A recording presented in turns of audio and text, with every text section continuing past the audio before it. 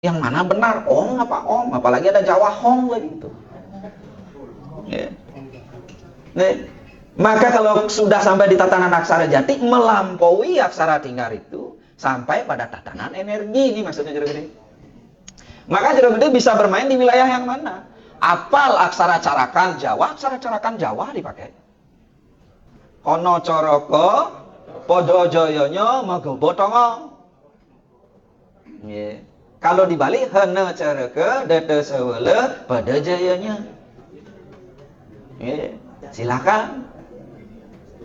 Nah, karena aksara ini bermain dia di wilayah energi, sangat berkaitan dengan DNA dan genetik kita. Ampura ini bukan berarti kita merendahkan kebudayaan, kultur, atau apapun, tidak. Ajaran apalagi. Ajaran semua sama milik Sang Hyang Adi Saraswati.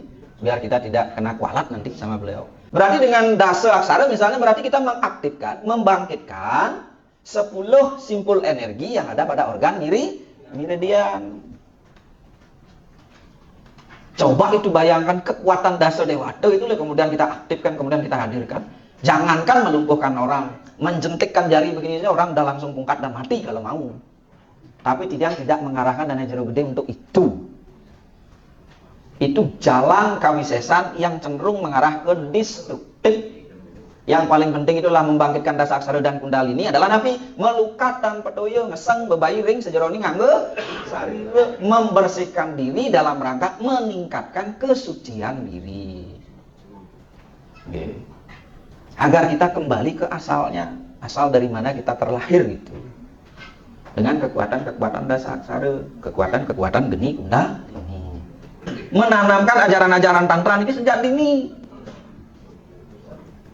Tetapi dengan tatanan dan proporsional yang benar. Misalnya kalau dengan guruan-guruan itu dia ngajari mesegah diraga untuk mengingat saudara empatnya. Atau paling tidak mengingat dulu baru bangun. Ingat saudara empatmu, karena saudara empatmu yang menemani kamu lahir nak. Kemana-mana mohon izin dulu kepada saudara empatmu, sedulur papatmu, catur sanakmu. Ketika mengawali belajar, mengakhiri belajar. Penanaman pengetahuan tantra yang sederhana itu akan menguatkan batin mereka. Apalagi leluhur yang pernah mempraktekkan itu dalam kehidupan yang nyata. Maka ada sebuah istilah ngetut pemargin nak, ngetut pemargin leluhur, lelangit dan lain sebagainya. Apalagi punya leluhur wikan gitu. Apalagi punya leluhur wikan yang ngiwe, apalagi jiwanya itu ke arah-arah destruktif, pasti punya salah kan. Terus apa yang harus dilakukan agar menemukan jalan kematian yang sempurna? Iya, anak keturunannya yang harus nyupat. Itu dalam lontar kono dewa taklu itu ada. Maka leluhur-leluhur kita di Nusantara merindukan itu. Jero Gede yang punya tugas itu.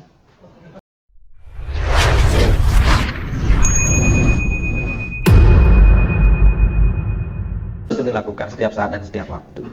Nah, kemudian pertanyaan kedua, Nike, tentang pengeringkesan dasaksara. Tentang pengeringkesan dasaksara. Ring di Jemantan, Nike pertemuan Ruwo Bineda kan itu pertanyaannya. Nah, Ditiang memberitahukan mungkin menambah dari apa yang disampaikan Nabe sama Ibu Begawan. Pertemuan Sang Hyang Ruwo Bineda itu ada banyak di dalam tubuh tergantung pemurtian. Penunggalan aksara Ruwo Bineda ini kan ada beberapa titik, ada beberapa tempat. Nanti dia memberikan secara umum 2 tempat untuk yang beritahu. Pertemuan Sang Hyang Ruwo Bineda ang kelawan a bisa itu ditemukan di Catuspate, di pengesangan hati di sini bisa ditemukan, dipertemukan antara ang dan ah. Proses pertemuannya itu seperti ini dan ini. Ketika Sang Hyang Geni Kundalini, tawi Sang Hyang Geni Rahasia ini kedinyawakan, dinaikkan melalui sumsumna nadi di tulang belakang. Kemudian tirta amerta itu diturunkan. Bertemunya nika adalah di Catuspate pengesangan hati, di ulun angen nih, di bungkahing hati. Maka ketika air bertemu dengan api atau api bertemu air, jadilah asap. Itulah yang kemudian disebut dengan ongkara asap, ongkara kukus. Karena api disiram oleh air, gitu. Pasti jadi asap itu. Oke. Asap ini kemudian mengepul, masuk ke dalam haradaya di jantung, masuk di telengin haradaya di intinya jantung. Kemudian Sangyang Atma diselimuti oleh asap pertemuan dari geni kundalini sama tirta amada, maka Atma itulah dikatakan Sang Duma Kedu. Duma itu artinya asap. Nah, itu pemurtian yang pertama. Sesering mungkin Dana Jero Gede melakukan itu. Nah, dalam tutur Angkus Prana rujukannya, nika bisa memperlambat penuaan, sehat, sekala dan niskala, seger, oger, rahayu. Itu intinya sederhananya.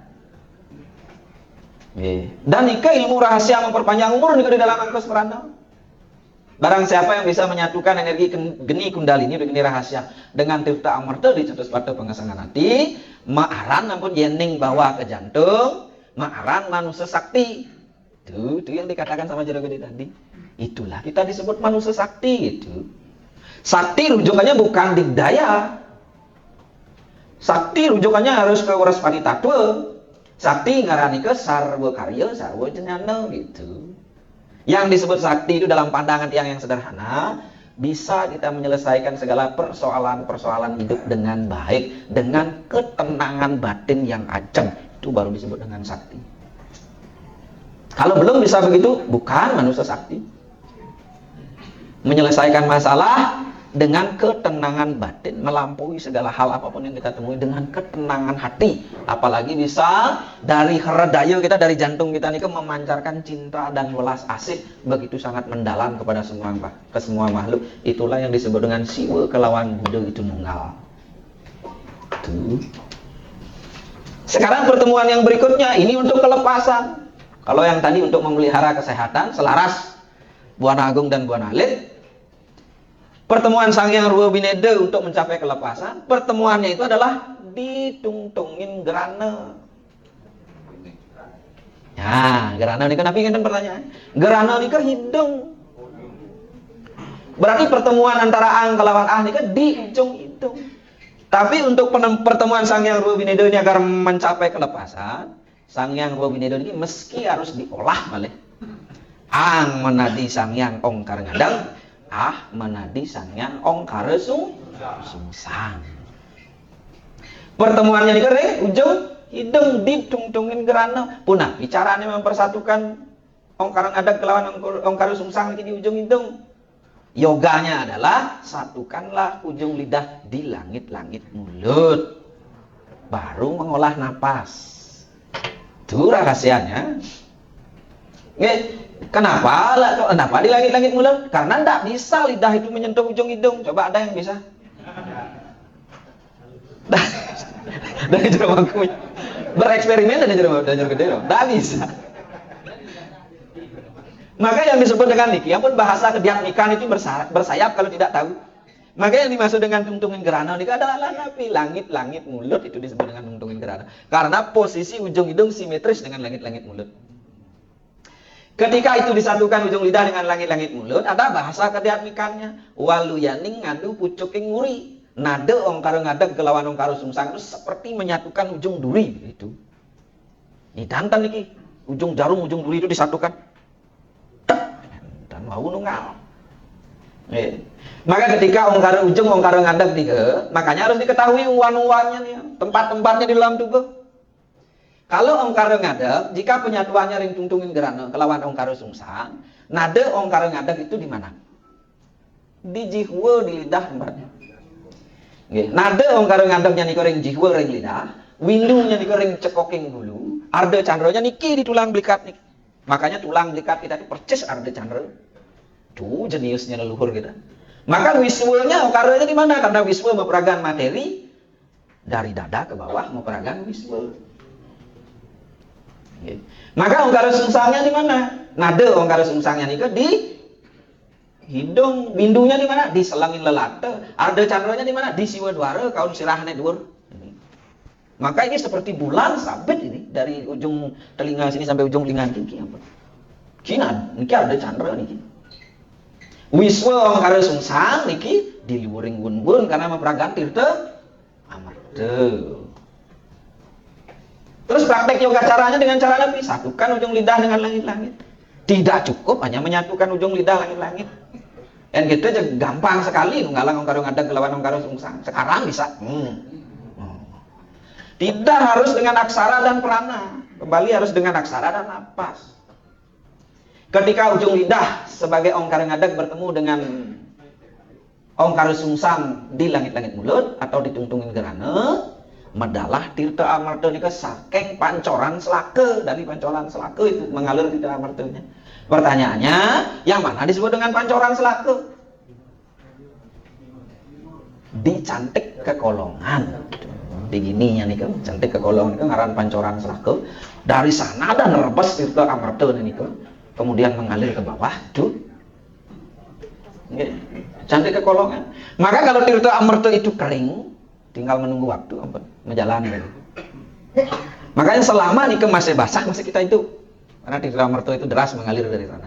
Kalau udah mulai mengering, tanda-tanda kematian dalam tutur kelepasan. Begitu. Terus ada lagi penyatuan-penyatuan yang lain. Nika sangat-sangat dirahasiakan. Termasuk nunggalang ongkaro ngadeg kelawan ongkaro sungsang ring tungtung gerano pun sangat-sangat itu dirahasiakan. Dan prosesnya itu diawali dengan pengringkesan dasaksara dulu. Tidak ujung-ujung langsung ongkaro ngadeg dan ongkaro sungsang gitu. Diringkes dulu dasaksara agar menjadi ongkaro ngadeg gitu. Setelah menjadi ang geni kelawan ah tirta amarta, diolah oleh ang kelawan ah nika menjadi ongkaro ngadeg dan ongkaro sungsang. Baru kemudian tunggalang itu. Jadilah ongkaro sabda pranawa, ongkaro mula, ongkaro asep, sangyang duma ketu, banyak lagi sebutan-sebutan ongkaro penunggalan itu. Ongkaro sungsang juga ada banyak. Ongkaro senya amarta, ongkaro lawang kumerep. Ada banyak itu ribuan ongkaro itu. Ongkaro di jantung kedali puspa namanya. Ongkaro ini banyak lagi. Ongkaro digetik, ongkaro diwat. Banyak ada. Berarti ketika ada banyak ongkaro di dalam tubuh, maka tubuh dikatakan manuseong. Karena setiap jengkal tubuh ada penunggalan-penunggalan aksaranya. Itulah dalam tantra dikatakan maituna gitu. Persenggamaan aksara sanggama rasa gitu. Dan maituna secara harfiah. Nah, ini ke pengringkasan dasaksara. Nah, pertanyaan berikutnya juga ada jero. Sapunapi, bagaimana ini jika sudah mewinten pancaresi tidak tahu tentang hakikat dasaksara, sedangkan orang yang belum mewinten pancaresi tahu dia tentang hakikat dasaksara, bagaimanakah ini? Itu pertanyaannya. Begini dan ajar maksudnya. Ampuna itu dipikirkan. Pawintenan itu dalam dunia tantra. Selain memang penanaman benih dari nabi atau guru, pawintenan itu kalau dalam bahasa Balinya sakma keungkap lawang. Jadi membukakan pintu sebelum Dana Jero Gede itu masuk lebih dalam ke dalam ajaran tantra gitu. Maka ketika sudah diwinten berarti pintu kita dibukakan melalui anugerah guru ataupun nabi. Baik nabi sekali mohon dipahami. Nabi skala maupun niskala nih, jangan nabi skala aja orientasinya. Nabi niskala guru yang disebut dengan guru niskala. Sangyang 3 guru, kalau dalam tantra disebut Sangyang 3 jenana. Sangyang Siwa Guru Reka, Sangyang Adi Saraswati, Sangyang Kawiswara. Ada lagi yang menyebutkan Sangyang 3 guru, Brahma, Wisnu, Iswara. Dan ada lagi yang menyebutkan dalam Bhairawa Trini Dewi, De yang Betari Sri, Sangyang Adi Saraswati, Ide yang Betari Durga. Berarti kalau sudah diwinten berarti sudah diberkati, sudah dapat stempel nih kan. Dari guru-guru meraga skala maupun niskala dibukakan pintu Semeton Jero Gede sami, belajarlah mulai kan. Dan jangan mengkhawatirkan. Karena pada prinsipnya dalam tantra ketika murid siap guru akan datang gitu aja. Makanya siapkan diri dulu. Guru akan datang seiring dengan waktu. Jika ampun penunggalan karo ngadeg keluar karo susah. Ngantos muncrat tirta amarta. Nggih.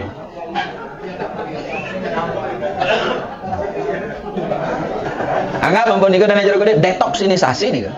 Sedurung praktek ampun semua keluar penyakit. Nabi malih praktek malih jelas. Nggih. Nggih. Nah niku karena yang kita pelajari niki energi, tapi balik nyatuan dasaksara pasti niki ada vibrasi gelombang frekuensi yang luar biasa dahsyat nih. Makanya hilang rasa ngantuk. Tidak perlu harus dengan bahasa yang lucu, karena dia nggak bisa. Justru dengan keseriusan itu menjadi sesuatu yang luar biasa, karena bermain di tatanan energi. Nah, ini ke dasaksara ini. Makanya sebagai atau ketika kita sudah mewintang, berarti pintu kita dibukakan, di sanalah mulai belajar. Nah, orang yang di luaran sana nih tidak mewintang Pancaresi tetapi belajar dasaksara, nah tergantung. Tergantung nih ke. Nah, kalau di tiang dia guron-guron, orang yang belajar nih tidak harus mewintang Pancaresi. Karena orang yang masuk ke guron-guron itu latar belakang yang berbeda. Ada yang jero mangku, ada yang tidak. Tapi paling tidak, yang seharusnya kita berbicara seharusnya nih sesuai dengan tatanan di dalam tantra, paling tidak harus dilakukan proses abhiseka atau padiksan atau sederhananya pawintenan. Kalau di tiang dia guron-guron, itu ke bawah pawintenan ngelinggihan aksara. Harus itu orang belajar tantra nih harus. Paling tidak nih pawintenan ngelinggihan aksara. Membuka pintu-pintu aksara yang ada di dalam tubuh, baru boleh belajar. Dan kalau di tiang dia guron-guron, di tiang cerita, setelah proses pawintenan, nunas paripurna. Dan tiang ajak sama Dewa Seraya itu di kuburan. Ya, tanya yang pernah belajar di guron-guron tantra sastra di Bali. Tiang ajak sama Dewa Seraya itu di kuburan. Malam hari bukan siang hari. Karena Nabi mengacu pada lontar penugaran dalam, ada sumber sastranya. Belajar tantra, belajar aksara, itu harus ada dua hal yang harus diperhatikan. Nunas penugaran dan belajar. Tidak boleh salah satunya saja dipraktekkan, dilakukan. Keduanya ini harus seimbang. Belajar, nunas penugaran. Tidak hanya nunas penugaran saja tanpa belajar, itu tidak boleh. Tidak boleh hanya mengandalkan penugaran saja. Apalagi hanya berdasarkan kerauhan. Harus diimbangi dengan belajar. Demikian pula tidak boleh hanya belajar saja, nyastra, aksara, pasewetu, ngelukun pemuteran tanpa diimbangi dengan nunas penugaran. Karena apa? Ketika kita nunas penugaran inilah kita nunas pemaripurna, penyempurnaan dari apa yang kita pelajari itu. Ida yang betari, kiring pengulun sedra akan menyempurnakan segala sesuatunya. Makanya perlu Dewa Seraya, mekanti Seraya di sana. Memohon izin bahwa kita belajar tentang aksara itu atau tentang tantra itu. Mohon tuntunan arahan dari beliau agar apa yang kita pelajari menjadi sini mandi adiat nike. Disempurnakanlah segala kekeliruan kita ketika belajar. Dan dalam dunia kepemangkuan, dalam dunia kesulingihan ada seperti itu, ada. Penugaran dari mana datangnya? Dari nabe. Tuh, penugaran dari guru meragenis kalau Sanghyang Taksu dan Jero Gede. Sarang itu akan memberikan anugerah itu. Tapi tiang karena mendekuni dunia tantrik, ya harus ke kuburan. Malam hari Dewa Seraya di tempat pembakaran mayat lagi.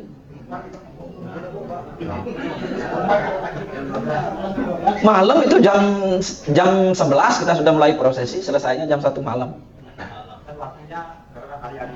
Ya, hari-hari tertentu tetap memperhatikan aspek kalanya waktunya. Nah, idealnya seperti itu.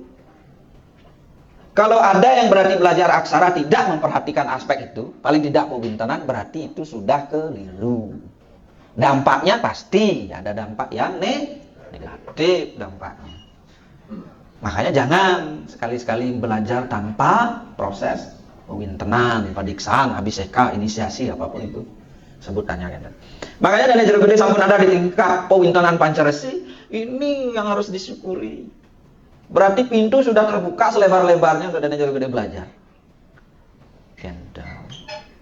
Tuh, tapi kembali lagi butuh kemauan, keyakinan yang mantap, keteguhan hati, terutama itu. Makanya dijang dia guron-guron, siswa yang belajar setelah pawintenan Dewa Seraya yang berikan 3 mantra. Benjang-benjang tunasin nabi. Jangan dijang 3 mantra nabi. Boleh nih kan? Harus nabi itu memberikan 3 mantra itu. Yang disebut dengan mantra peneguh, mantra pengidap hati, peneguh hati, dan yang paling penting itu pengeraksa jiwa. Itu mantra itu yang harus diminta sama nabi yang kurang. Pengidap hati agar ngidap kita belajar. Apa yang kita pelajari benar-benar meresap di dalam batin. Jangan sampai apa yang disampaikan dalam aguron-guron atau dalam sistem penabehan masuk kanan keluar kiri, dan yang paling parah itu adalah mental. Yang masuk kan ada nyangket-nyangket, nyangkut-nyangkut sedikit. Yang mental niki pengidap hati. Sudah itu ada peneguh hati, karena kita berjalan di jalan tantra. Jalan dan jero gede niki bukan jalan yang ringan, ini abot pisan, ini berat ini. Maka dibutuhkan apa? Keteguhan hati melewati apa? Godaan-godaan. Godaan yang paling berat dilewati, tapi godaan dari dalam. Apalagi belajar tantra, godaan yang paling berat itu godaan dari dalam. Penyakit Bali ya, Bun? Ngekoh. Nggih.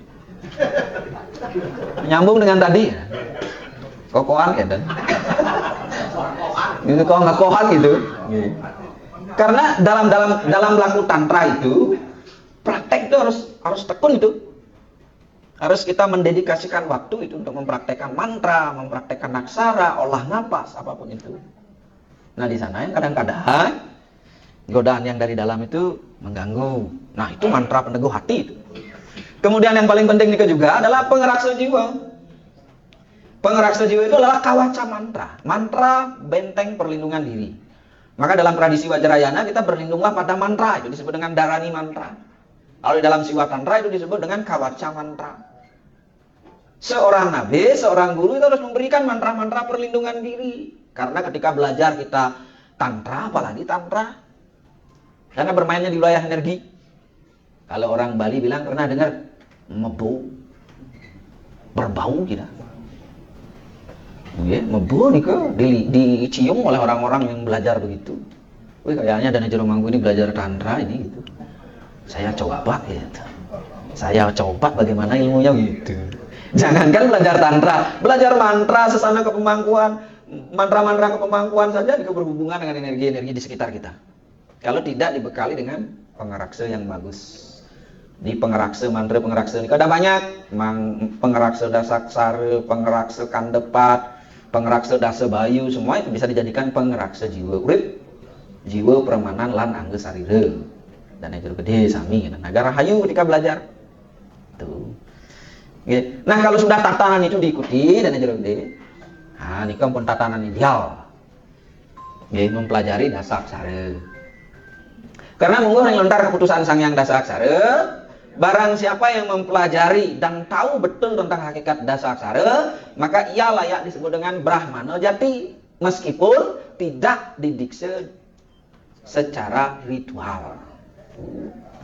Dan kebalikannya, kendati pun sudah didikse secara ritual, tidak mengetahui hakikat Dasaksara, tidak disebut dengan Brahmana Jati. Nah, ini ke daging sastra sekarang bagaimana dan itu gede menyikapi hal itu, membijaksana itu dengan paling tidak mempelajari mulai dari sekarang. Dipelajari pelan-pelan pasti kebun. Dan nanti ketemu titik terangnya di mana, esensinya di mana. Ini kemantan ada pertanyaan Malik? Om Swastiastu. Om Swastiastu. Narasumber yang terkait ini kemudian Sang Hyang Dasaksara yang kepemangkuan itu. Kita sering bermain pada aksara yang disebut dasaksara gitu pada saat Urpeti. Tapi kemudian aksara dasaksara di Urpeti ini Om, I, Basa, Ta, dan seterusnya. Kemudian yang kedua Distiti Om, Sa, Ba, Ta, I, dan seterusnya. Kemudian di Pralina bukan ngalir yang kemudian perayaan kita juga alat kematian. Tapi pengertiannya sesuai dengan konteks yang kita bahas pada saat itu atau semua. Boleh. Terima kasih. Om Swastiastu. Om Swastiastu. Ini saya menanyakan dari awal tadi bahwasanya kita manusia ini, badan kita ini terbentuk dari aksara-aksara, penuh dengan aksara. Bahkan napas kita pun menyuarakan aksara. Lalu kita pasti mengajukan bahwa ini berarti bukan hanya umat Hindu saja, setiap manusia pasti begitu.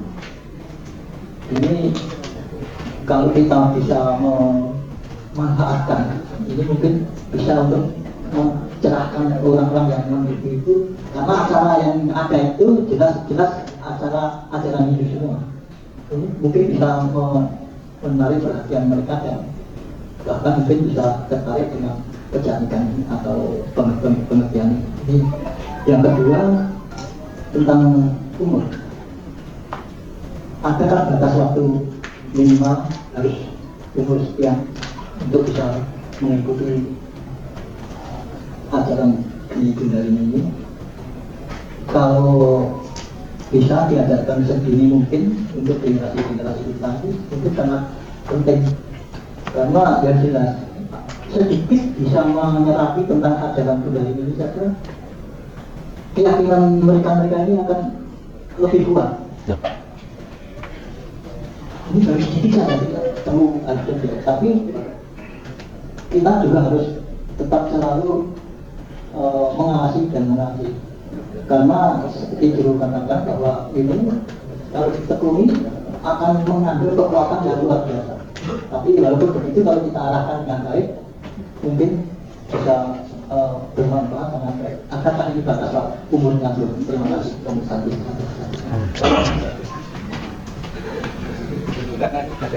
Nggih lagi sekali Pak Tapi. Nggih lagi. Om Swastiastu. Om Swastiastu. Ya, ini dulu Mas Tadi lagi. Kalau Dono juga kota Jepang. Ini kita akan sebenarnya bertanya ya. Begini, yang menganalisa kan ini kan dasar salah ini kan urut Dewan Negara yang dari Bali ya. Apakah aksara Jawa itu bisa dihidupkan? Tidak kembalinya. Masalahnya pengalaman yang terus terang saja yang buka di sini ya. Dia pernah dibuka namanya Bayu di suatu tempat, tapi akhirnya menimbulkan yang namanya Cakra Bayu. Nah, begitu masuk ke dalam Anggesari itu langsung memunculkan suatu getaran-getaran luar biasa. Dia dibuka. Nah, yang jadi masalah kan begini. Dasar aksara itu kan aksara Jawa atau Bali itu kan buatan para leluhur kita kan gitu ya. Padahal di sana ada sinar ilahi, ada sana buana air.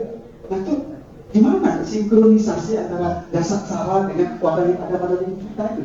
Nah, terus apakah bisa dimunculkan dengan gerakan-gerakan nyata? Contoh, begitu dimasukkan aksara itu atau yang pelajari itu menjadi sesuatu kekuatan yang luar biasa. Bisa dari gerakan yang luar biasa, bisa menjadi pukulan yang ampuh di dalam gerakan-gerakan, dan bisa menjadi suatu gerakan yang bisa melumpuhkan lawan. Nah itu yang sebenarnya tolong itu bicara yang bersama saja ya. Sepertinya kok ini yang pelajarin atau semua belum sampai jawab. Terima kasih. Tiang jawab dari yang paling belakang saja nih, dari pertanyaan yang nomor 3. Ini menarik ini. Karena merasa aneh dengan belajar dasar aksara. Pertanyaan menggelitik itu. Aneh gitu. Begini, dan Jero Gede. Tadi itu sudah yang jelas sebelumnya menjelaskan kalau diperhatikan dengan baik ya. Kalau kita berbicara tentang aksara itu kan ada 2 kategori yang harus diperhatikan. Aksara tingkat, aksara jati. Kalau aksara tingkat ini aksara yang ada dalam wujud, ini beraneka ragam dan Jero Gede.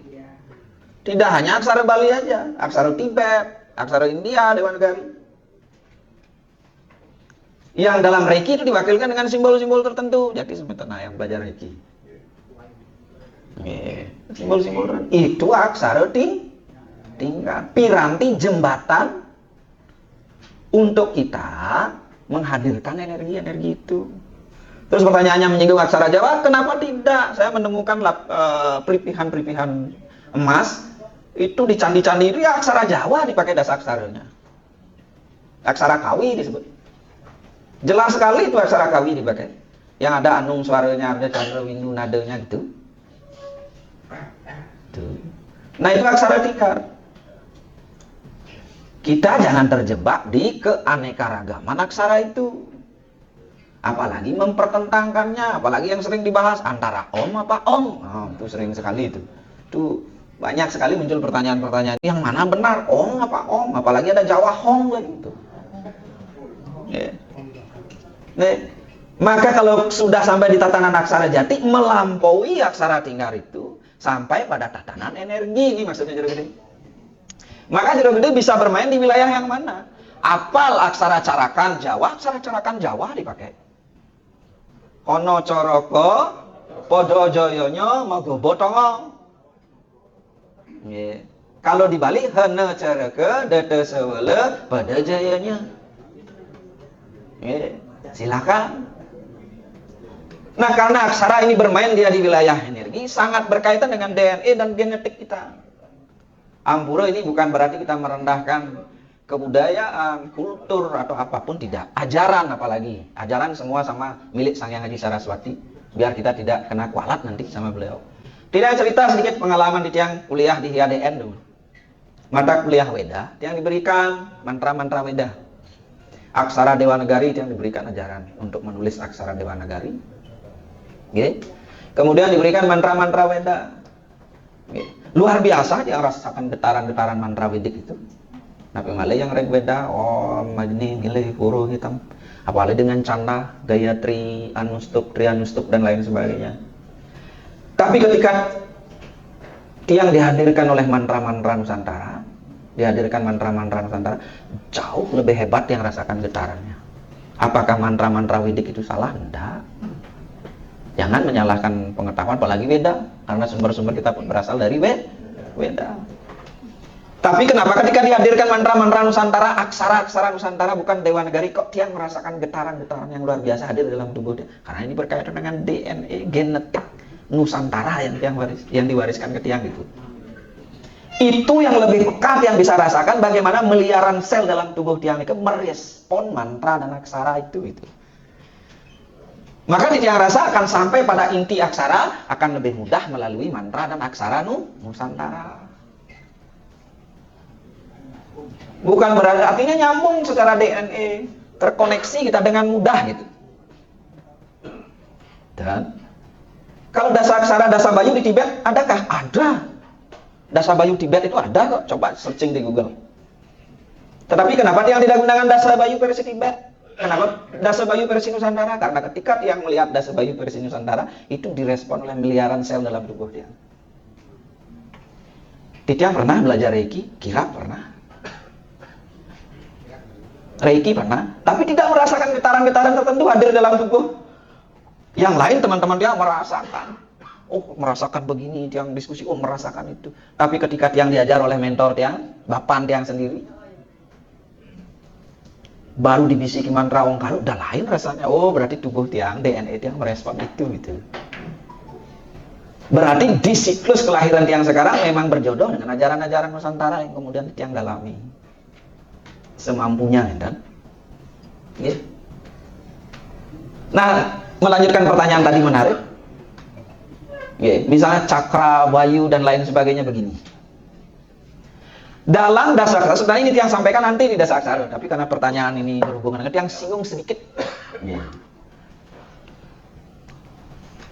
Prana itu disebut juga dengan bayu.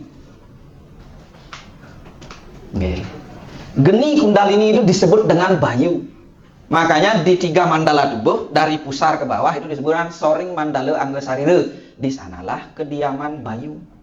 Madyaning mandala anggasarira dari pusar ke cekoking gulu itu didiami oleh unsur sabda. Kemudian dari cekoking gulu ke atas itu disebut dengan luhuring mandala anggasarira, itu dihuni atau didiami oleh unsur idep. Maka bayu itu adalah geni kundalini ini gitu. Maka bayu itu nama lainnya adalah energi gitu. Berarti ketika cakra bayunya diaktifkan berarti nabi energi kundalininya diaktifkan. Itu. Cuma konsep dalam tantra tidak begitu mengenal istilah cakra gitu. Oke, hanya sebagian, hanya beberapa saja yang mengenal konsep cakra yang disebut dengan jantra. Justru yang lebih banyak dikenal itu adalah konsep aksara. Aksara sama dengan cakra. Karena di mana didiami oleh aksara di dalam tubuh, di sana ada simpul energi, di sana berarti ada medan energi. Kalau di luaran sana itu yang disebut dengan cakra, ada cakra mayor dan ada cakra minor. Berarti berapa ada aksara di dalam tubuh sedemikian ada cakra, ada simpul energi gitu. Coba metodenya jero gede niku mungkin dengan cakra bayunya dihidupkan dengan simbol-simbol atau aksara tertentu. Nah, kalau dalam tantra itu berorientasi pada aksara. Berarti dengan dasa aksara misalnya berarti kita mengaktifkan, membangkitkan 10 simpul energi yang ada pada organ meridian. Coba itu bayangkan kekuatan dasa dewata itu kemudian kita aktifkan, kemudian kita hadirkan. Jangankan melumpuhkan orang, menjentikkan jari begini saja orang udah langsung bungkat dan mati kalau mau. Tapi tidak mengarahkan dana jero gede untuk itu. Itu jalan kawisesan yang cenderung mengarah ke destruktif. Yang paling penting itulah membangkitkan dasa aksara dan kundalini adalah napi melukat dan pedoyo ngeseng bebayi ring sejeroni ngangge sarire, membersihkan diri dalam rangka meningkatkan kesucian diri. Okay. Agar kita kembali ke asalnya, asal dari mana kita terlahir gitu. Dengan kekuatan-kekuatan dasa aksara, kekuatan-kekuatan geni kundalini. Itu bisa dibuktikan seperti apa yang disampaikan Nana Jero. Cakra Bayu nih, Cakra Bayu. Nah, kita kalau belajar kawisesan ya gurun-gurun semua ada geni astra. Kemudian cakra geni, keluwung toyo, keluwung angin. Bersedia tidak Nana Jero gede ini meluangkan waktu untuk belajar. Kalau ingin belajar datang ke Bali. Dah mulai jauh nih. Jauh sekali. Tahu itu gimana kan itu misalnya kayak itu pelajaran yoga itu, yoga aksara itu, yoga mantra. Nah, cuma medianya kita itu adalah aksara, medianya tetap itu. Nanti kalau sudah melampaui itu, nyet manah budi itu dipakai, aksara itu kita tinggalkan, niat itu dipakai, nyet melampaui daripada niat bahkan. Itu yang dikatakan jenana itu. Kalau udah nising dengan itu, memang. Bagaimana menggunakan nyet manah budi jenana? Rupa-rupa aksara tidak dikenali. Yeah. Aksara Wriastra, dasa aksara begitu. Yeah. Ampun, seperti itu pertanyaan nomor 3. Kemudian pertanyaan berikutnya yang nomor 2. Ini dari umur berapa kalau bisa mempelajari tentang pelajaran tantra, boleh dikatakan demikian ya. Okay. Nah, titiang sendiri niki boleh dikatakan mendobrak tatanan. Ampura niki. Bukan berarti memaksakan ego, tidak. Kan? Yeah. Harapan tiang meskipun belum bisa terlaksana sepenuhnya. Ya, tidak akan berusaha untuk itu gitu. Menanamkan ajaran-ajaran tantra niki sejak dini. Tetapi dengan tatanan dan proporsional yang benar.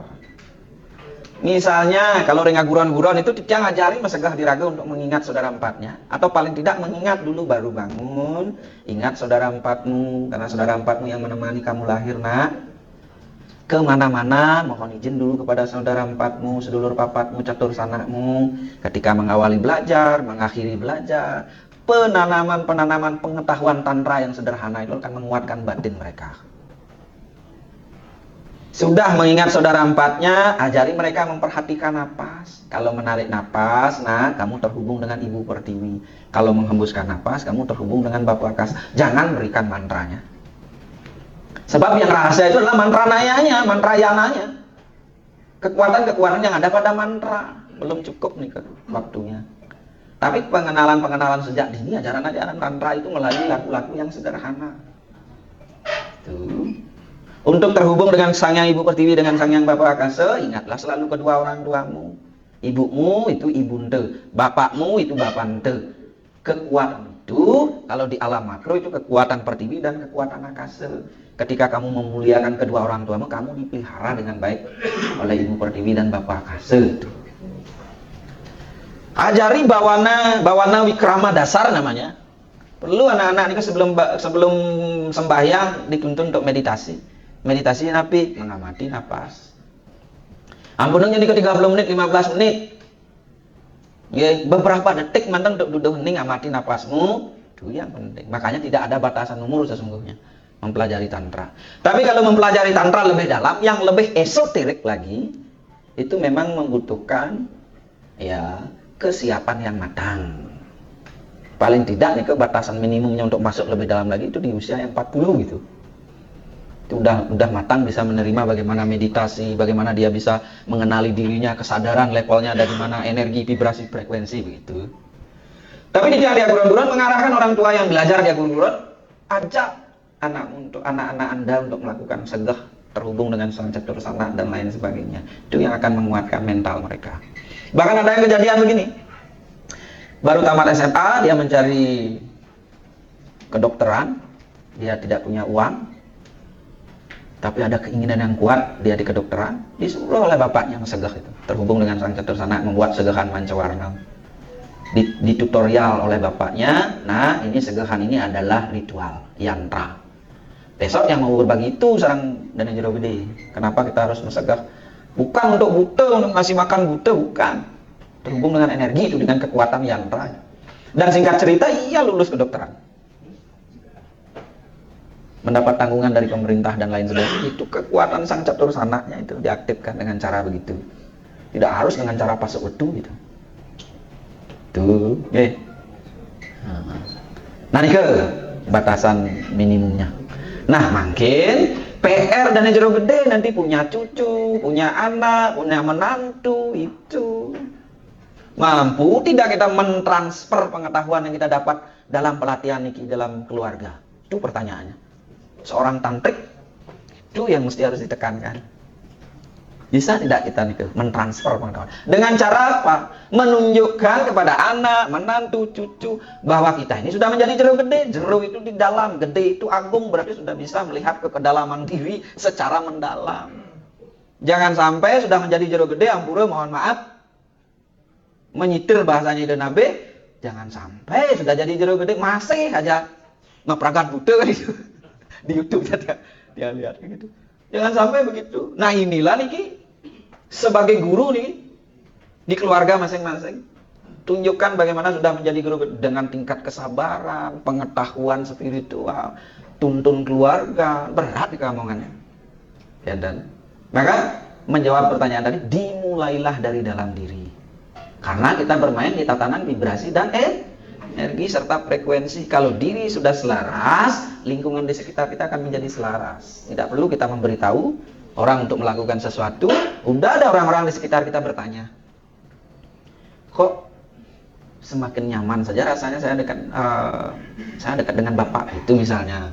Apa yang saya harus lakukan? Itu udah bertanya, oh nah ini lakukan itu. Itu vibrasi dan frekuensi. Nah nih kemudian pertanyaan berikutnya terkait dengan dasaksara nanti.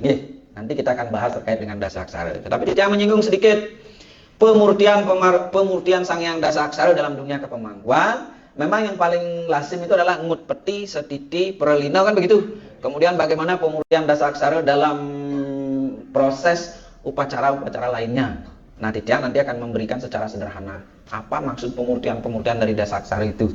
Kenapa harus berubah susunan-susunannya menjadi hal yang demikian. Titiang rasa itu Begawan Ageng Segening itu sudah memberikan udah sampun nih ke. Titiang tak berani nih ke melampaui nyanan kuping ngelangku. Kenapa ada nih ke? Titiang melampaui nanti menang nabi. Nanti yang jelas ampun wentan ide meragus sulinggih sana memberikan bagaimana pemurtian dasaksara itu dalam peti, setiti, memperlinau dan lain sebagainya. Nah, Titiang sebatas memberikan secara sederhana apa itu dasaksara, dasar-dasarnya. Nah, nike agar bisa dipadu-padankan ya. Nah, mencari keseimbangan, titik keseimbangan ini kan agak susah. Nah, seandainya tidak diberikan baru Titiang purun memberikan. Nah, begenda kita lanjut. Sekarang kita akan berbicara tentang hakikat geni kundalini ini. Dijeng genah geni kundalini ini. Nah, di kewentan Titiang uraikan mengawali kita membaca kitab tubuh, kita awali dulu dari dasar tubuh. Ketika kita menyelami tubuh, kita mulai dari dasar tubuh. Lakon bagaimana kita menyelami tubuh itu sudah ditulis dalam serat Nirmala Nawaruci. Ketika Sang Raden Werkodara itu mencari Tirta Amerta, bertemu dia dengan Dewa Ruci. Pada akhirnya Raden Werkodara itu menyelam di dalam samudra. Bukan samudra sekala, apalagi samudra Atlantik, Pasifik, bukan. Yang dimaksud di dalam serat Nawaruci ini adalah Nabi. Raden Werkodara harus menyelam ke dasar tubuh baru bisa menemukan Tirta Amerta itu. Itu yang dimaksud dalam serat-serat. Jangan karena bahasa sastra itu bahasa yang bersayap. Ampuro niki bukan pembalut aja yang bersayap. Bahasa sastra pun demikian harus dikupas. Makanya ada konsep bahasa Jarwo dirga plute gitu. Dirga plutenya ini yang dicari. Nah, dalam rangka kita menyelami dasar tubuh, pertanyaan berikutnya adalah dari mana kita menyelami? Uling di jeraga mencelap. Titiang tulis proses ini niki di dalam buku Titiang Sedulur Papat Kelima Pancer. Proses bagaimana kita menyelam di kedalaman diri itu diibaratkan oleh leluhur-leluhur kita nike, napi werangke manjing kris, bukan kris manjing maring werangke, tetapi werangke manjing kris. Agar sarung kerisnya niki masuk ke dalam bilah keris, tato yang utama itu susah itu dilakukan. Coba nih secara logika bagaimana sarungnya keris itu bisa masuk ke dalam bilahnya gitu. Nah, ketika kita memasukkan warangka keris ke dalam bilahnya, maka di sini perlu peta. Ampunan daging noong, peta nih kata. Ya, mohon maaf. Bukan hanya dibicarakan, tetapi niki peta ada. Map untuk kita masuk ke dalam bilah keris dalam tubuh kita. Maka di dalam tubuh ini mesti harus dilihat pintu-pintu tubuh. Dulu dia kasih tahu. Harus dilihat pintu-pintunya tubuh. Harus dilihat pintunya tubuh. Nah, pintunya tubuh disebut dengan lawang. Kalau kita masuk melalui pori-pori kulit, berarti kita masuk melalui lawang 1000. 1000 lebih pintu yang ada di dalam tubuh, berarti itu di pori-pori kulit. Kalau dana jero gede masuk melalui 9 lubang pintu, berarti dari menawa song. 2 lubang mata, 2 lubang hidung, 2 lubang telinga, 1 lubang mulut, 1 lubang kemaluan, 1 lubang anus. Kalau dana jero gede ini masuk melalui pintu-pintu rahasia, itu bisa masuk melalui jalur siwa dwara, selamin lelate, cekoking bulu di cekungan leher, bisa dari udel pusar, dan ada beberapa lagi pintu-pintu rahasia yang tidak berani menyebutkan, dan ada satu pintu rahasia yang disebut dengan tungtungin sabde di ujungnya suara.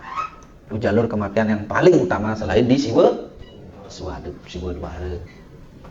Nah, sedemikian ada lubang pintu di dalam tubuh, melalui mana? Nah, niki ada tahapannya. Maka tingkat dasar belajar tantra dalam rangka pembangkitan kundalini ini mulailah memasuki tubuh melalui 2 lubang hidung. Melalui napi? Melalui nafas. Itu maksudnya orang ke manjing keris. Nafas masuk melalui hidung. Ngeranjing ring sejeroning anggo sarira kita. Tuh. Melalui nafas. Setelah melalui nafas, menyelamlah kita ke dasar tubuh yang paling dalam. Di dasar tubuh paling dalam itulah ada ruangan rahasia yang disebut dengan Kamala Sakti, segitiga yang terbalik. Itulah yang disebut dengan kunde rahasia. Atau sering kita sebut ini ke kunda nabi. Di dalam lontar homo ardiat nike, di sanalah tempat pahoman sesungguhnya, bukan mahomo di luar diri. Dalam tantra, ritual tubuh juga adalah nabi mahomo ring sejeroning angge sarira. Di sanalah geni itu harus dihidupkan, dinyalakan. Di dalam kunda rahasia itu, setelah api dinyalakan, bakarlah rajas dan tamas kita. Baru kemudian kita bisa menaikkan energi kundalini, geni kundalini agar bertemu dengan tirta arde. Berarti genah atau titik pusat dari sangyang geni kundalini ini adalah percis tepat di segitiga yang terbalik itu. Soring pusar kumuladara di ujung tulang cetik dana jero gede. Di ujung tulang ekor itulah simpul atau yang disebut dengan cap Cakrabayu atau disebut dengan Kumuladhara Cakra gitu. Muladhara itu dalam konsep cakra, tapi kita disebut Kumuladhara, soring pusar Kumuladhara gitu. Niko disebut dengan Sangyang Geni Kundalini di sana pun berdiam gitu.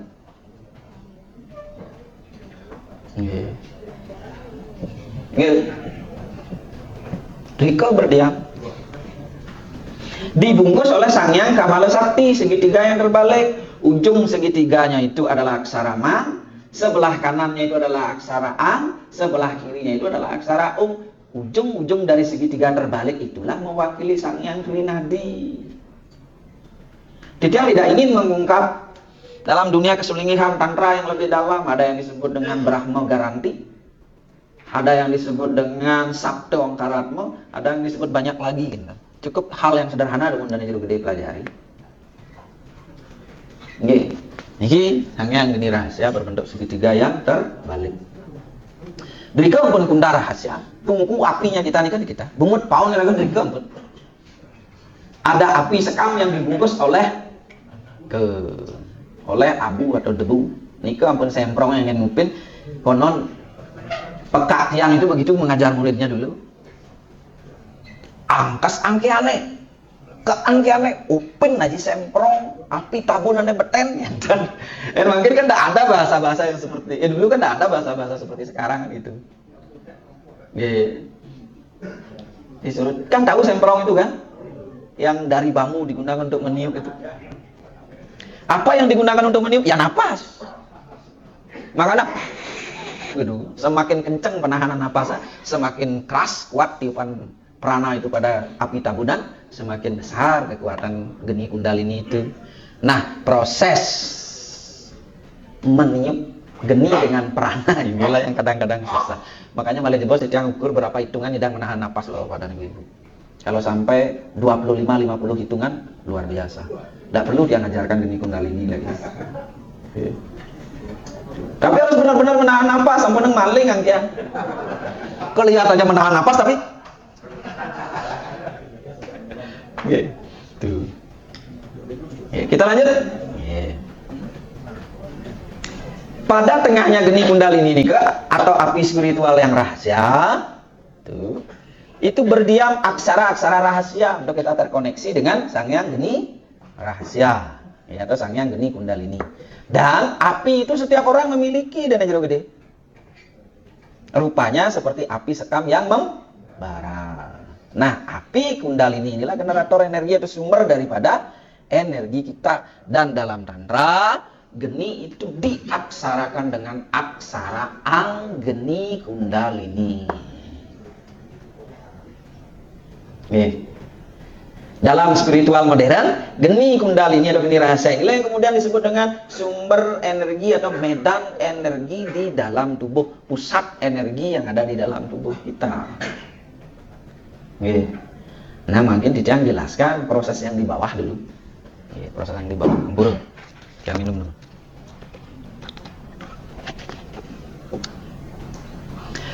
Di awal Dicang sudah singgung, kenapa geni kundalini ini sangat susah dibangkitkan. Dicang akan memperlihatkan ini, atau Dicang akan memperlihatkan ini dulu.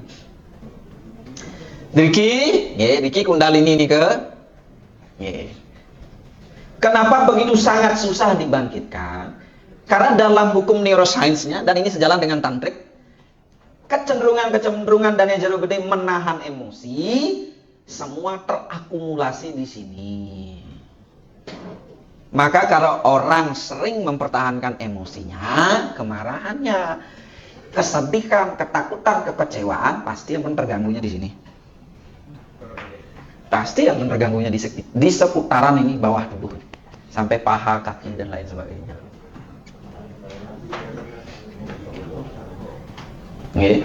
Menurut bukunya Joe Dispenza, Becoming Supernatural, nah ini baru yang menemukan jawabannya. Ternyata Barat itu sedang mengeksplorasi itu. Di dalam buku Becoming Supernaturalnya Joe Dispenza, orang-orang yang mengalami kecenderungan sakit kemudian sembuh itu diajarkan meditasi menahan napas dengan cara men-shaking pinggulnya, digetarkan ini. Makanya teori itulah dikembangkan menjadi shaking meditasi, yoga tertawa, yoga dengan hentakan-hentakan dan lain sebagainya. Ada banyak-banyak jenis yoga sekarang berkembang. Ternyata ini mesti harus dilumerkan, ini emosi-emosi yang menutupi sang yang geni kundalini. Karena segala emosi apapun itu tersimpan di sana. Dan tidak hanya emosi, ternyata wasana-wasana karma samskara kita yang kita timbun dalam setiap kelahiran itu tersimpan datanya dengan sangat rapi di tulang belakang. Sana. Makanya penyakit-penyakit apapun jika tidak ditemui diagnosanya, dicari dari sumsum tulang belakangnya. Baru didiagnosa penyakit apa ini sebenarnya. Data kita itu tersimpan di sana. Makanya tulang belakang itu tabung prana. Hati-hati dengan tulang belakang, apalagi tulang ekor. Karena itu yang menopang. Makanya di dalam praktek Wijnana Bhairava, barang siapa yang bisa selalu menegakkan tulang punggungnya selama 10 menit, 20 menit, energi kundalininya pasti bangkit dengan sempurna. Makanya di dalam Mahanirwana Tantra, itu ada syarat-syarat seorang guru menerima sisya Tantra. Yang pertama itu adalah rasi cakra Tantra. Baru kemudian kula tantranya. Kalau kula tantranya ditanya, adakah leluhur yang pernah belajar? Kalau di Nusantara terah. Kalau di Bali terah. Nonin pekak nikah belajar kemikan, kediat mikan. Tetapi pernah tak kakeknya belajar sesuatu atau leluhurnya pernah belajar? Kalau pernah, nah, karena sudah ada mewarisi genetik, tinggal dipantik sedikit, dan muncul geninya itu. Kemudian kula cakra lagi, kula tantra lagi, diperhatikan wetonnya, ini penting juga. Tidak sembarangan guru tantra itu menerima murid, ujung-ujung diterima gitu. Wetonnya diperhatikan. Kalau wetonnya misalnya Sabtu baik, Sabtu 9, Pahing 9, berarti kan uripnya gede itu. Klon semua coretannya sudah langsung diterima jadi murid. Karena nengkleng sedikit saja sudah jadi liak. Yang ngajak ke pemumunan nengkleng, lepang layah, nengeng, sudah jadi liak. Karena kekuatan apinya besar. Gitu. Makanya orang yang belajar ngeliat di dalam lontar-lontar pengibahan, kenapa perempuan paling mudah belajar ngeliat? Ya karena itu perempuan itu mewakili unsur sakti. Karena energinya selalu berapi-api perempuan. Dan perempuan itu selalu melibatkan rasa. Kalau laki-laki belum tentu. Makanya di dalam lontar penglihakan, kalau laki-laki belajar ngeliat, harus menjadi feminim. Harus jadi nak bancik. Makanya kan harus ngelukar belung, rambutnya harus dibeginikan, itu hanya perempuan yang bisa begitu. Makanya hati-hati. Perempuan itu kalau marah, walu yaning durga gitu. Semua akan dihancurkan. Dan siwa bertekuk lutut itu. Okay. Tuh, makanya orang perempuan itu paling mudah karena melibatkan rasa. Kalau sudah rasa bermain mantra dan aksara itu cepat murid. Kalau laki-laki kecenderungan mengandalkan rasionalitas. Tidak banyak bercerita, tetapi pikirannya banyak bercerita di dalam. Kalau perempuan selalu ini. Maka kalau perempuan sakit hati, bahaya itu. Apalagi perempuan sakit hati mengutuk. Waduh, jangan.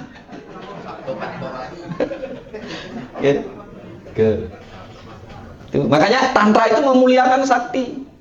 Tetapi tidak diperkenankan untuk menjadi sakti menambah istri, bukan. Tidak, harus setia, satya diucapin. Dan harus setia kita dengan itu, dengan pasangannya. Nah, kan? Jadi, ini diperhatikan, wetonnya Sabtu Pahing. Kemudian setelah kula tantra, baru kita perhitungkan itu adalah rasi cakra. Cara duduk. Kalau sudah ujuk-ujuk datang duduk mencari tembok, dulu diperhitungkan itu.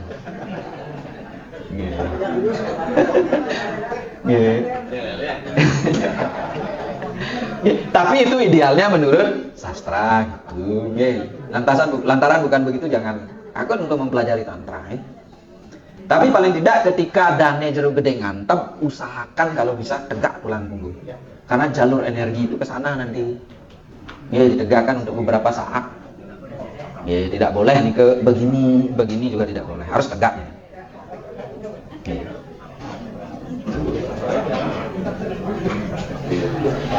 Nah, ini disimbolkan dengan aksara ang.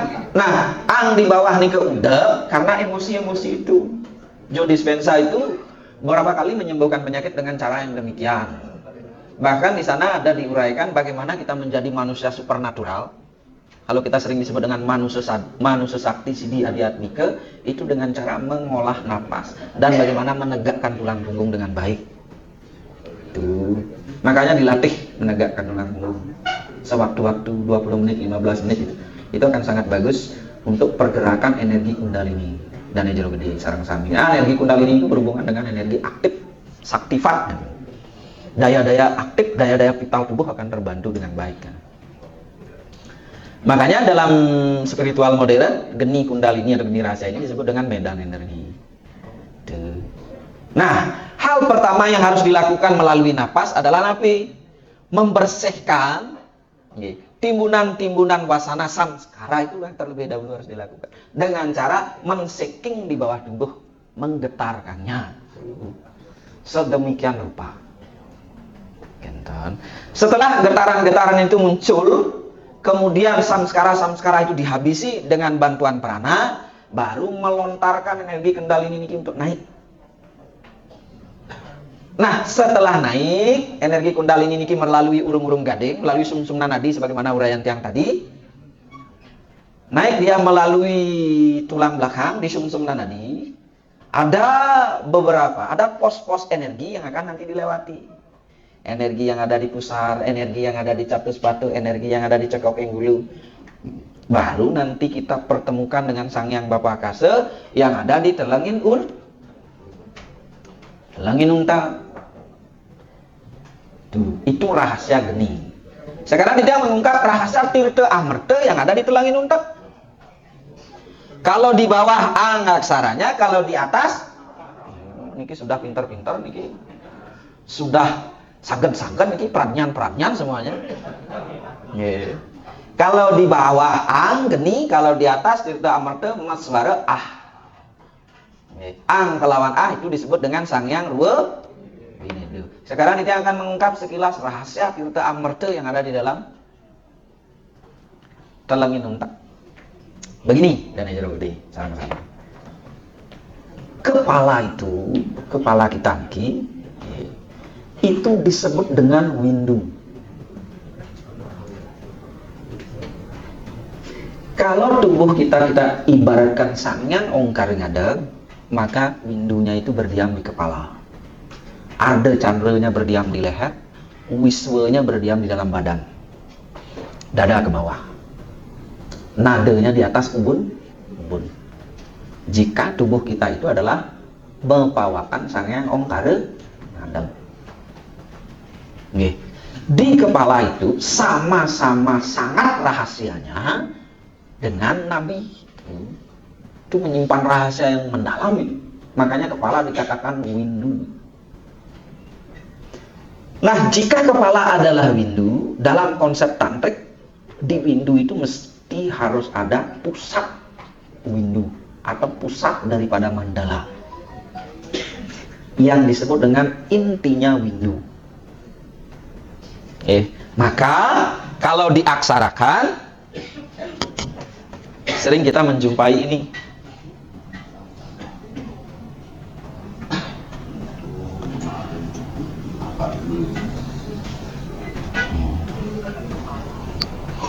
Ini sudah kepala kita. Pusatnya mandala ini disebut dengan intinya windu. Maka windu dengan pusat mandalanya disebut dengan windu kalih atau windu dua. Bacakan windu itu ada banyak. Windu kalih, windu tiga. Nah, ini sama dengan bentuk ongkara kalau sering memudre, ngeraja mudre begini. Nah, pernah melihat ongkara yang seperti ini? Berarti jika menemukan ongkara seperti ini, windunya ini kalih, merujuk pada kepala dan intinya ke kepala. Berarti kepala dan intinya kepala, di intinya kepala itulah wadah tirta amerta yang disebut dengan tirta bio mo siwa. Sangkunya siwa inilah windu yang di dalamnya. Tuh. Yang disebut dengan telengin untek di intinya otak. Berarti di intinya otak kita itu ada cecupu yang disebut dengan cecupu manik. Atau nama lainnya adalah undi manik. Inilah yang kemudian dalam dunia Saiwa Tantra disebut dengan Biome Siwa. Siwambe Siwa. Sangkunya pendeta Siwa ada di sini dalam tubuh kita. Ya, cecupu manik astagina. Sebab ketika tirta itu mengalir dari cecupu manik, segala sesuatu bisa terjadi, apapun. Yang kemudian di Bali sering dikatakan manik sekecap. Sakti sidi ucap, apa yang dikatakan bisa jadi benar.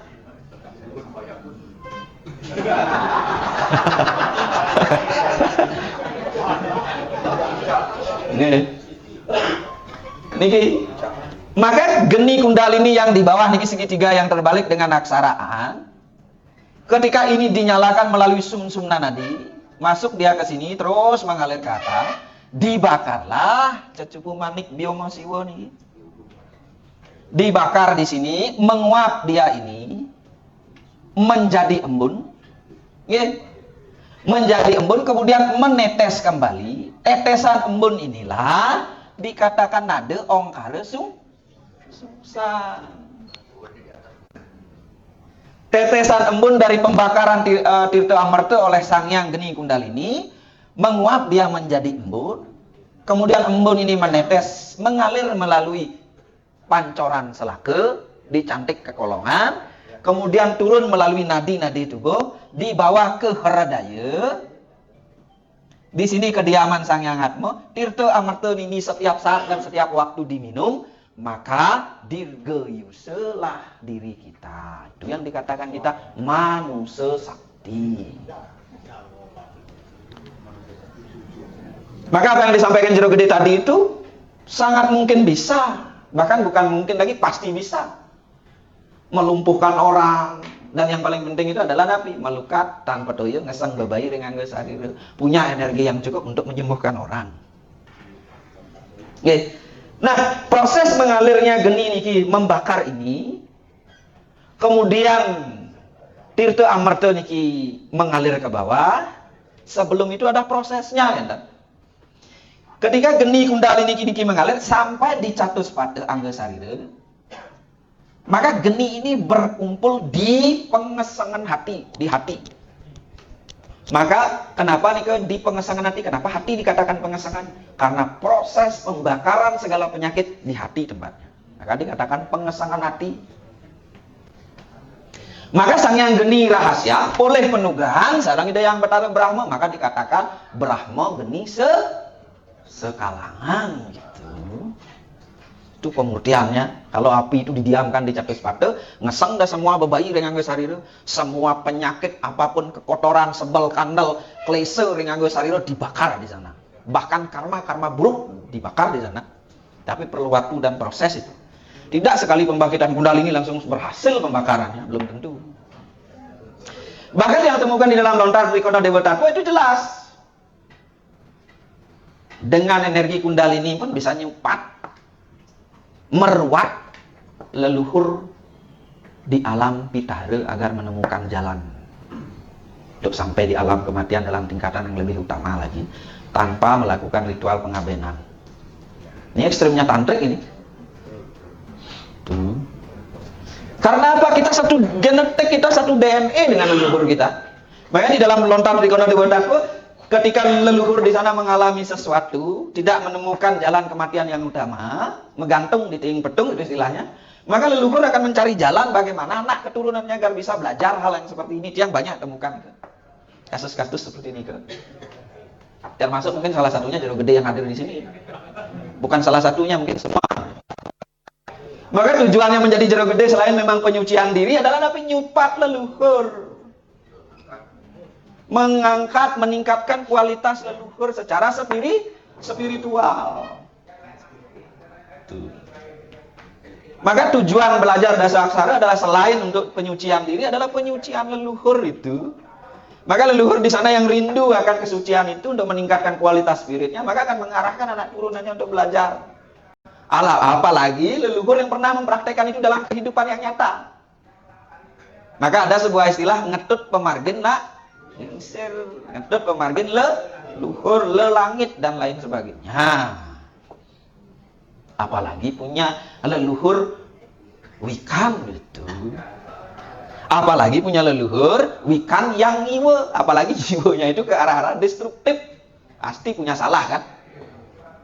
Terus apa yang harus dilakukan agar menemukan jalan kematian yang sempurna? Iya, anak keturunannya yang harus nyupat. Itu di dalam lontar kono dewa tatu itu ada. Maka leluhur-leluhur kita di Nusantara merindukan itu. Jero gede yang punya tugas itu.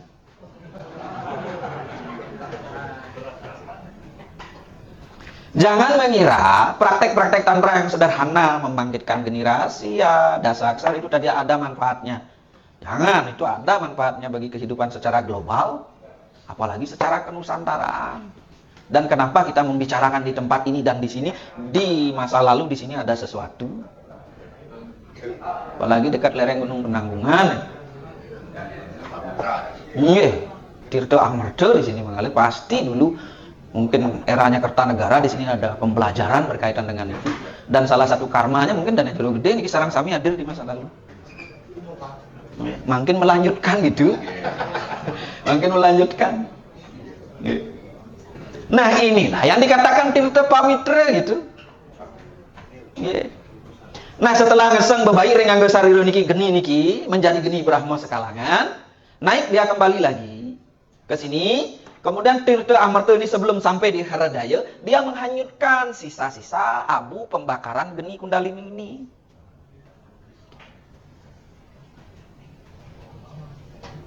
Maka di dalam dunia kadiatmika, sering sekali kalau bapak saya nika mengistilahkan begini. Toyo aneh ngemeneka, nyidangan nunang buin ngemeneka, ente madang toyo hidup. Air yang bisa naik turun di dalam tubuh berarti itu air kehidupan. Berarti aliran air itu mengalir. Kalau air itu berhenti, mati kita. Maka aliran air yang dari biomosiwa niki mengalir, abu-abu dari hasil sisa pembakaran di pengesangan hati dihanyutkan ini ke bawah, dikembalikan ke sang yang ibu pertiwi melalui dua jalur nadi di kaki kanan, kaki kiri. Jalur nadi yang di kaki kanan ngaran samdra, jalur kaki kiri, nadi kaki kiri ngaran tukan. Di sini samudranya, di sini sungainya. Kedua nadi besar di kedua kaki, di sanalah dihanyutkan sisa-sisa pembakaran dari sang yang geni Kundalini melalui pintu yang di mana di dalam kaki, di ulu pun jempol kaki kanan dan jempol kaki kiri, itu namanya ulu pun. Ulu nika sirah, pun itu ndak punya bulu. Makanya Ide Nabi mengatakan bulu, kada menyinggung bulu kemarin. Yang sing mebulu itu bukan, jangan ditertawa itu. Yang sing mebulu nika lah ulu pun namanya. Jempol kaki kanan, jempol kaki kiri. Di sana penyaluran sang yang Tirta Amarta menghanyutkan segala kekotoran yang ada dalam tubuh kita. Makanya kalau membangkitkan energi Kundalini, deras keringat dari telapak kaki kanan dan telapak kiri, berarti proses pembakaran itu berhasil. Kalau keluar keringat dari sana, apalagi deras keringatnya di sini, proses pembakaran berarti sedang berlangsung. Nah, ketika Tirta Amarta niki mengalir turun, menghanyutkan sisa-sisa abu pembakaran dari sang yang geni Kundalini, baru air niki berpusar-pusar mengitari pengesangan hati, masuk ke rahadaya, gitu. Masuk ke jantung kita. Diminumlah oleh sang yang Atma. Itulah yang menyebabkan orang itu mengalami umur yang panjang. Panjang dan sehat, betul sekali. Pas. Bukan umur yang panjang sakit-sakitan. Panjang umur sehat,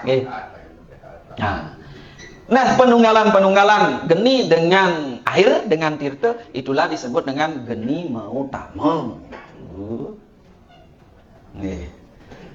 Nah, kemudian ketika geni Kundalini niki membakar sangku biomasiwa, ngerodok niki air di dalamnya, Tirta Amarta niki, cairan otak atau cerebrospinal fluid ini, itu akan memenuhi windu. Maka api dikelilingi oleh air. Itu yang kemudian oleh Barat itu dijadikan bom hidrolik. Barat itu pinter itu. Itu akar pengetahuan mereka itu dari mana? Dari leluhur kita. Kan itu bom yang dilarang itu. Itu melebihi dari bom atom itu kekuatannya itu. Ketika api dipadukan dengan air gitu. Karena dentumannya ketika sepersekian kecepatan air itu bisa menghancurkan semuanya itu. Karena teori-teori ini yang dipakai. Nah, niki yang dikatakan geni mau utama, makanya konsepnya begini. Berarti ada api, kemudian ada air di dalamnya, dikelilingi lagi oleh air gitu. Maka teori ini mungkin sejajar dengan teori atom subatomik. Genten. Nah, yang ini lihat. Nike yang warna biru itu adalah cerebrospinal, itu cairan otak. Yang berwarna putih itu mengalir di tulang belakang kita. Nah, kalau cerebrospinal fluid ini tidak deras mengalir ke bawah tubuh, maka kecenderungan kita akan mengalami ketidakseimbangan tubuh. Nah, itulah akar dari segala macam penyakit. Kalau pergerakan cerebrospinal itu tidak bagus, cairan otak itu tidak bagus. Maka energi kundalini ini sangat membantu untuk melancarkan perputaran cerebrospinal itu. Cerebrospinal ini karena berwarna putih, ada kemungkinan dan saya meyakini itu adalah disebut tirte suwete kamandalu. Suwete itu artinya putih, kama itu energi, dalu itu malam. Berarti air berwarna putih yang muncul dari kegelapan windu di dalam otak kita. Itu yang mengalir turun setiap saat dan setiap waktu. Tuh. Nah, tirta amerta itu apa? Gitu muncul. Nah, itulah yang di awal saya sebutkan tadi. Ada kemungkinan dan saya meyakini itu adalah hormon-hormon yang penting di dalam tubuh, zat-zat tubuh yang sangat luar biasa. Itulah di dalam tantra dikatakan air soma di dalam Bhairawa. Orang yang sering mempraktekkan mada itu adalah meminum air soma itu setiap saat dan setiap waktu, bukan meminum minuman keras, bir, whisky, arak, apalagi arak metanol. Mada itu artinya minum, yang diminum itu adalah air soma, air tirta amerta ini. Di mana air itu mesti harus dialirkan, harus dibakar dengan geni kundalini melalui sumsum nanadi. Sumsum nanadi itu karena di tengah-tengah, itulah dikatakan mada itu madya, di tengah-tengah.